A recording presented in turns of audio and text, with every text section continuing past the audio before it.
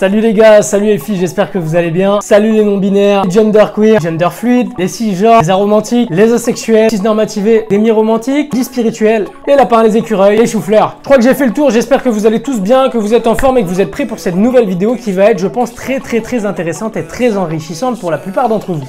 Dans cette vidéo, on va analyser comment développer son dos. Et on viendra particulièrement détailler le rôle du grand dorsal et le rôle du trapèze. Donc ce que je te propose, c'est que dans un premier temps, on analyse l'anatomie du grand dorsal, puis ensuite son rôle. Ensuite, en deuxième partie, on va analyser l'anatomie des trapèzes et leur rôle. Et ensuite, dans un troisième temps, je vais te présenter différents exercices qu'on peut rencontrer à la salle de sport. Donc, je vous emmènerai à la salle de sport pour vous détailler tout ça. Et on terminera la vidéo avec un petit peu de vidéo de mes trainings pour le dos notamment. Donc voilà, j'espère que vous êtes prêts et que vous allez kiffer cette vidéo. Mais avant qu'on démarre, pense à t'abonner et à liker cette vidéo. Et n'hésite pas à la partager bien sûr à tes amis. Allez, c'est parti.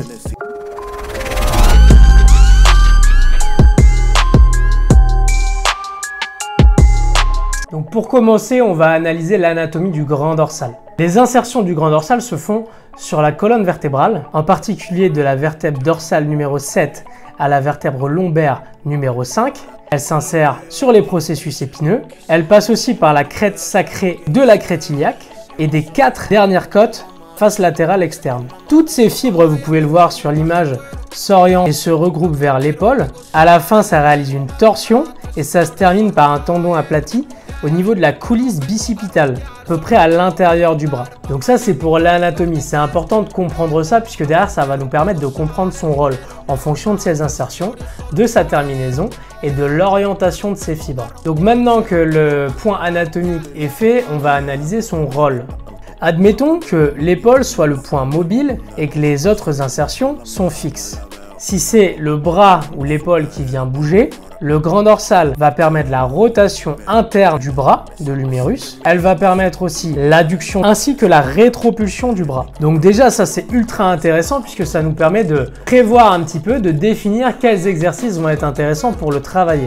Maintenant, si l'épaule est le point fixe et que toutes les autres insertions sont mobiles, il va avoir différents rôles. Il va permettre l'extension de la colonne thoraco-lombale. Donc en gros, il permet de se redresser si les deux côtés agissent en même temps, si les deux grands dorsaux agissent en même temps. Il va permettre aussi l'inclinaison latérale. Donc quand on vient se pencher sur le côté légèrement, le grand dorsal s'active aussi. Par exemple, lorsque l'on va marcher, il va nous permettre aussi de nous stabiliser.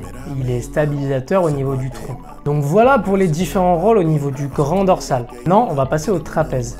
Mais avant de passer au trapèze, j'aimerais vous présenter un petit livre. Je vous avais dit que je vous présenterais à un moment donné ma bibliothèque. Dans ma bibliothèque, il y a une centaine de livres. Non, bien sûr, ça c'est pas vrai. Mais il y en a un en particulier que je peux vous recommander si vous êtes intéressé par l'anatomie du mouvement ou l'anatomie en général. C'est celui-ci. Donc c'est un livre de Blandine Calais-Germain qui s'appelle Anatomie pour le mouvement. C'est un des meilleurs investissements au niveau des livres que j'ai pu faire par rapport à mon métier notamment, puisque avec ce livre-là, on a le détail précis avec des dessins qui sont de qualité. Bon, je peux vous montrer, hein. D'ailleurs là j'étais sur le grand dorsal. Étrange. Et du coup avec des dessins de qualité et ça nous permet vraiment de bien analyser chaque muscle, insertion, terminaison, rôle, etc. Et ça permet de nous adapter en fonction du matériel qu'on a à disposition également, en fonction du matériel que vous avez dans vos salles de sport. Maintenant, on va analyser ensemble les trapèzes. Ça va être un muscle ultra intéressant à travailler. Le grand dorsal aussi. Le grand dorsal, il va plutôt faire la largeur au niveau, quand on nous regarde de face, hein, ça fait un petit peu le V dans le dos, comme ça, quand on a un grand dorsal qui est musclé. D'ailleurs, on n'a pas parlé du grand rond, mais le grand rond aussi va intervenir dans l'adduction du bras, notamment. Quand vous faites des tirages, par exemple, comme ceci, bon, on a aussi le grand rond qui va intervenir. Je vous ai mis l'image juste à l'écran pour vous présenter à quoi ressemble ce petit muscle, mais qui est aussi très important. Et donc le trapèze, quand il va être musclé, ça va nous donner des espèces de collines dans le dos. C'est assez joli, c'est assez harmonieux. Quand on nous regarde un petit peu de profil, le trapèze moyen, voilà, ça va faire des espèces de collines. Et après, on a le trapèze supérieur qui va être juste ici. Là, on voit des fois des personnes qui ont des trapèzes très musclés, qui montent ultra haut. Ça dépend aussi des points d'insertion et de la musculature de la personne. Et donc, comme le grand dorsal, c'est un muscle qui prend pas mal de place dans le dos et c'est pour ça que j'ai voulu m'intéresser à ces deux muscles en particulier. C'est parce que c'est des muscles très volumineux. Au niveau des insertions, on a le trapèze supérieur qui naît de la base base de l'occiput. Alors l'occiput, c'est pas une insulte hein, les gars, c'est juste l'os le plus pointu là qui est à l'arrière du crâne. Donc si on descend un petit peu, on va trouver la base de cet os, l'occiput, et donc ça sera le début de notre trapèze. Puis ensuite, il descend tout le long de la colonne vertébrale, donc les vertèbres cervicales et thoraciques jusqu'à la vertèbre thoracique 10 ou vertèbre dorsale 10, et il se termine en 3 parties formant 3 faisceaux. Le premier, ça va être sur le bord postérieur de la clavicule. Pas complètement tout au bout de la clavicule, mais environ un tiers à l'extérieur et sur l'acromion. Ensuite, on a le faisceau moyen qui va se terminer sur l'épine scapulaire, donc l'épine de l'omoplate. Là, ces fibres, elles sont horizontales. Et ensuite, on va avoir le faisceau inférieur qui va se terminer sur la partie interne de l'épine scapulaire, en l'occurrence sur le tubercule trapézien. Et au niveau du rôle du trapèze, il va permettre plusieurs choses. Il va notamment permettre la mobilité au niveau de notre épaule. Puisque le complexe de l'épaule, il ne faut pas oublier qu'il y a la scapula, donc l'omoplate, hein, qui passe là-dedans. Et la scapula, elle est très mobile. Et c'est le trapèze du coup qui va permettre la plupart des mouvements de notre omoplate. Donc son action, si la colonne cervico-dorsale est le point fixe, l'ensemble des fibres a une action d'adduction, attirant la scapula vers la ligne médiane du dos. En gros, ça veut dire quoi? Ça permet de serrer les omoplates, tout simplement. Donc quand on veut travailler nos trapèzes, c'est important d'avoir cet objectif, surtout sur les trapèzes moyens, de vouloir resserrer les omoplates dans le dos. Ensuite, on va avoir le trapèze supérieur qui va avoir aussi un rôle à part entière, celui d'élever les scapulas. Donc là, quand on hausse les épaules, un mouvement de « je sais pas ce qui se passe »,« je sais pas »,« tu sais toi ?»« non, je sais pas ». Ça, c'est le trapèze supérieur. Par exemple, avec un exercice comme les shrugs, on va venir travailler le trapèze supérieur. Ensuite, on va avoir le faisceau inférieur qui, lui, va permettre d'abaisser les omoplates, donc de baisser les scapulas. Donc voilà pour les rôles et l'anatomie des deux muscles qu'on a vus. Avant de passer à la dernière partie et de vous présenter différents exercices, j'aimerais juste revenir sur un point. Vous êtes sans doute au courant, mais nos muscles travaillent en synergie. C'est difficile de faire travailler un seul muscle, à part sur des exercices d'isolation, mais c'est difficile sinon de faire travailler un seul et unique muscle. Souvent, c'est un groupe de muscles qui agit, puisque le corps est très bien fait, et donc les muscles agissent ensemble pour faire différents mouvements. Je voudrais revenir notamment sur les mouvements de tirage, puisque la plupart des mouvements de tirage vont nous permettre de travailler notre dos. D'ailleurs, quasiment tous les mouvements de tirage vont nous permettre de travailler soit notre grand dorsal, soit notre trapèze, et en général, c'est plutôt même un petit peu les deux. Donc, si je dois prendre un exemple pour le grand dorsal, on va aller prendre un mouvement, le tirage horizontal. On va avoir plusieurs groupes musculaires qui vont rentrer en jeu. Les biceps, l'arrière d'épaule, le long supinateur, le grand dorsal, on va aussi avoir le grand rond, on va avoir, plein de muscles, vous l'aurez compris. Du coup, on va analyser le rôle du biceps sur le tirage. C'est possible que quand vous exécutez vos différents tirages sur des machines ou avec des haltères, peu importe, vous sentiez énormément vos biceps. Évidemment, vos biceps, ils vont être moteurs parce qu'ils vont permettre aussi de tirer. Faut pas oublier, les biceps, il va servir à faire la flexion de bras. Donc dès qu'on vient faire un tirage, automatiquement, on a une flexion de bras. Cependant, il faut faire attention à un petit détail qui n'est pas anodin. Ça va être l'angle au niveau de votre coude lorsque vous allez faire votre tirage. Quand vous faites votre tirage, essayez d'avoir un angle qui n'est pas trop fermé. Plus votre angle va être fermé sur votre tirage, plus votre biceps va rentrer en jeu. Donc ce qui veut dire que quand on va faire un tirage, par exemple un tirage horizontal, il va falloir essayer d'avoir un angle au niveau du coude qui est suffisamment ouvert pour éviter de sursolliciter les biceps. Et ça va rentrer en compte pour chacun de vos exercices pour le dos. Que ce soit du tirage horizontal, du tirage vertical, c'est exactement la même chose. Il ne faut pas qu'on ait un angle qui soit trop fermé au niveau du coude et ainsi de suite. Mais tout ça, je vais vous le laisser découvrir dans la vidéo que je vous ai faite juste après. Et on va se donner rendez-vous du coup à la salle de sport. Allez, c'est parti. Ici, on va se retrouver sur un tirage vertical pour travailler nos grands dorsaux et un peu nos trapèzes. Et on va avoir deux prises différentes ici. Une prise pronation qui va être assez large, donc pas adaptée pour tout le monde. Et une prise qui peut se moduler ici. Donc on peut se mettre presque en semi-pronation. Pas en prise neutre complètement, mais en tout cas au niveau de vos poignets, ça sera sans doute beaucoup plus agréable. Et par rapport à la largeur de la prise également. Donc ici, il y a un seul réglage à faire. On ne peut pas régler le siège, donc si vous avez des bras très longs, elle ne va pas être forcément adaptée puisque les poids vont venir se toucher à chaque fois. Et le seul réglage qu'on va avoir à faire ici, c'est pour les genoux. Pour les jambes, on va venir serrer ici de manière à pas trop décoller les fesses du banc quand vous allez faire votre exercice. Juste une petite particularité par rapport à la prise du milieu ici. Donc pensez à vous pencher un petit peu en arrière quand vous faites votre exercice pour vraiment venir solliciter au mieux et recruter au mieux votre grand dorsal. Si vous êtes penché en avant, si vous restez droit, votre angle au niveau du coude sera très fermé et vous allez sentir davantage vos biceps et la trajectoire elle sera pas du tout optimale. On se retrouve sur une machine qui va nous servir à faire du tirage vertical et on peut aussi faire du tirage horizontal. Alors petite particularité sur cette machine, c'est la hauteur de la poulie, que ce soit sur le tirage vertical ou sur le tirage horizontal. Dès qu'on vient tendre un petit peu trop les bras, eh bien les poids viennent se toucher, donc pour l'amplitude c'est pas ce qu'il y a de plus optimal. Pour les petits gabarits ou les grands gabarits, je pense que on peut trouver mieux. Avoir qu'un seul réglage à faire ici, ça va être le rondin pour caler nos cuisses, nos genoux, pour éviter de décoller, surtout sur le tirage vertical.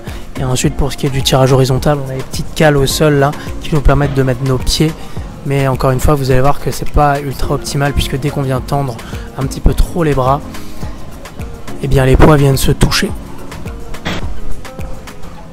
Si on veut éviter que les poids se touchent, notamment sur le tirage vertical, donc ça peut être une petite astuce, ça va être de vous pencher en arrière sur votre mouvement, et donc on sera vraiment sur un travail au niveau trapèze, arrière d'épaule et un peu les grands dorsaux également, mais surtout trapèze et arrière d'épaule en se penchant en arrière du coup.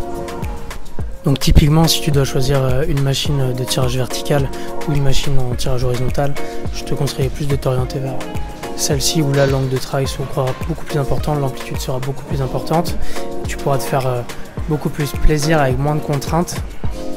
Et exactement pareil pour le tirage horizontal qui est juste derrière, donc que ce soit en prise neutre ou prise plus large, en pronation, peu importe, au moins l'amplitude du mouvement sera beaucoup plus grande. Ici aussi on a une version différente du coup du tirage vertical en pronation, et on pourra même le faire en prise neutre ici, on testera ça tout à l'heure. Et là on va être sur un travail toujours au niveau des grands dorsaux. Et ce qui est bien ici, c'est que c'est du travail dissocié, donc quand vous avez un déséquilibre musculaire, faire en unilatéral pour avoir un meilleur ressenti lors de votre exercice. Au niveau des réglages, c'est très simple, on a le siège à régler ici, je vais vous montrer ça tout de suite, puis c'est tout. C'est tout sur celle-ci. Et ensuite il vous suffit de mettre les poids au niveau des racks qui sont là-bas. Et puis après let's go, hein, faites-vous plaisir. Attention de ne pas avoir les mains trop serrées lors de votre tirage pour éviter de sursolliciter vos biceps. Hein, donc l'angle c'est toujours à peu près 90 degrés, voire un petit peu plus ouvert quand vous faites vos exercices de tirage pour tout ce qui est dos. Hein. Donc quand on tire, on ne cherche pas à tirer comme ça, on ouvre un petit peu plus l'angle au niveau du coude, pour éviter encore une fois de solliciter trop les biceps. Alors, on continue avec les machines pour le dos avec la Loro de Technogym. Donc ça c'est une de mes machines préférées pour le dos. On peut travailler de différentes manières, en unilatéral, en bilatéral. On peut venir travailler en prise neutre pour le grand dorsal et en pronation pour les trapèzes. On va commencer avec la prise neutre pour travailler le grand dorsal. Moi j'adore le travailler en unilatéral, celui-ci, puisque j'ai un super ressenti. Je trouve que la courbe de résistance elle est vraiment top, le mouvement est ultra adapté et en plus c'est confortable. On a la poitrine qui est bien calée avec le coussin ici. Le seul réglage ça va être la hauteur du siège. Attention, toujours pareil, hein, l'angle au niveau de votre coude. Si l'angle est trop fermé, vous allez être plus sur vos biceps, donc pensez ouvrir un peu votre coude quand vous faites votre exercice, 90 degrés ou un petit peu plus. 90 degrés ou un peu plus. Voilà. Ensuite on a le travail au niveau des trapèzes, donc là il faut prendre la prise un peu plus haute, on aura les mains en pronation et l'idée ça va être d'ouvrir les coudes vers l'extérieur, donc celui-ci il est excellent. En unilatéral je suis pas fan, souvent je le fais en bilatéral, j'ai un très bon ressenti au niveau des trapèzes avec cette prise là et sur cette machine là, donc voilà pour ça. Rien de particulier hormis que sur vos exercices de tirage, j'y pense maintenant, mais pensez à mettre des sangles de tirage si vous en avez. Ça vous permettra de ne pas avoir de facteurs limitants. Les sangles de force, ça va vraiment vous aider à avoir une prise solide, une poigne solide, et à éviter de lâcher parce que vos avant-bras sont complètement cramés. On a un autre petit bijou juste ici pour le dos. Donc je te disais qu'avant c'était une de mes machines préférées. Ben, celle-là, je crois que c'est aussi une de mes machines préférées. Donc là, on est sur un tirage. On est en position sur banc incliné et à la machine du coup qu'on peut travailler en unilatéral ou en bilatéral. Donc on est sur des poignées dissociées. Toujours pareil, c'est vachement bien quand vous avez des déséquilibres musculaires. Et là, on va pouvoir travailler nos grands dorsaux avec cet exercice-là. En fait, c'est un peu comme du tirage du rowing au banc incliné aux haltères, sauf que là, on est sur une machine guidée et que la trajectoire est vraiment top, est vraiment optimale. Donc, toujours pareil, quand vous installez, ici, on va avoir deux réglages. La hauteur ici et la hauteur ici, donc la hauteur du siège. Regarde, si ton banc il est mal réglé et que tes coudes se retrouvent comme sur la vidéo là, donc avec un angle qui est beaucoup trop fermé, encore une fois c'est tes biceps qui vont prendre le relais. Donc l'idée c'est de venir mettre ton siège un petit peu plus haut de manière à ce que tes coudes ne soient pas trop en fermeture et que ce soit bien tes grands dorsaux qui bossent le plus et pas tes biceps. Le deuxième réglage qui va être juste ici, regarde, si tu fais ton exercice et que les poids viennent se toucher et que tes bras sont pas complètement tendus en bas du mouvement, ton amplitude est limitée, c'est beaucoup moins intéressant. Si c'est trop haut, tu n'arriveras même pas à attraper tes poignets. Donc trouve le bon réglage de manière à pouvoir attraper les poignets et faire une bonne amplitude. Pensez à mettre les stop disques au niveau de vos poids, parce que si vous faites votre exercice que vous n'avez pas mis les stop disques, vos disques ils vont rouler vers l'extérieur et ils vont se barrer. Donc c'est important. N'oubliez pas de mettre les stop disques quand vous faites vos exercices, surtout sur celui-ci. Et il y en a d'autres dans la salle où il faudra penser à mettre les stop disques. Ok, ici du coup on passe au tirage vertical à la machine guidée. Donc sur cette machine là, on va avoir deux réglages principalement à faire et un qui va être plus important que l'autre, entre guillemets. Ça va être la hauteur du siège. Donc l'idée ça va être de mettre le siège pas trop bas parce qu'il faut quand même réussir à attraper les poignets ici et pas trop haut, parce que sinon quand vous allez faire votre mouvement, à chaque fois vous allez venir tendre le bras pour chercher votre étirement au niveau du grand dorsal, les poids vont se toucher et le bras va se reposer, donc il n'y aura plus de tension musculaire. Donc ajustez bien votre siège pour avoir la bonne amplitude. Et le deuxième réglage ça va être celui-ci, donc le rondin qui est là. L'idée c'est que quand tu t'installes, tu viens lever tes genoux et tu essaies de le faire descendre pour caler tes genoux, pour éviter que tu viennes, que tu n'aies pas d'appui en fait, et que tu te fasses entraîner avec le poids en hauteur. Cet exercice, je te conseille de le faire en unilatéral, tu auras un meilleur ressenti, donc c'est un super exercice d'isolation pour le grand dorsal. Encore une fois, quand tu tires, cherche bien à tirer le coude proche du sol, proche du corps, proche du sol, proche des hanches même. Donc en gros, ton coude, tu l'amènes proche du corps et proche des hanches. Donc tu baisses bien ton épaule, surtout il ne faut pas que ton épaule se lève quand tu fais ton tirage. D'accord, donc épaule en position basse et on envoie le coude vers la hanche, vers la crête iliaque. Comme je vous ai déjà expliqué au cours de cette vidéo.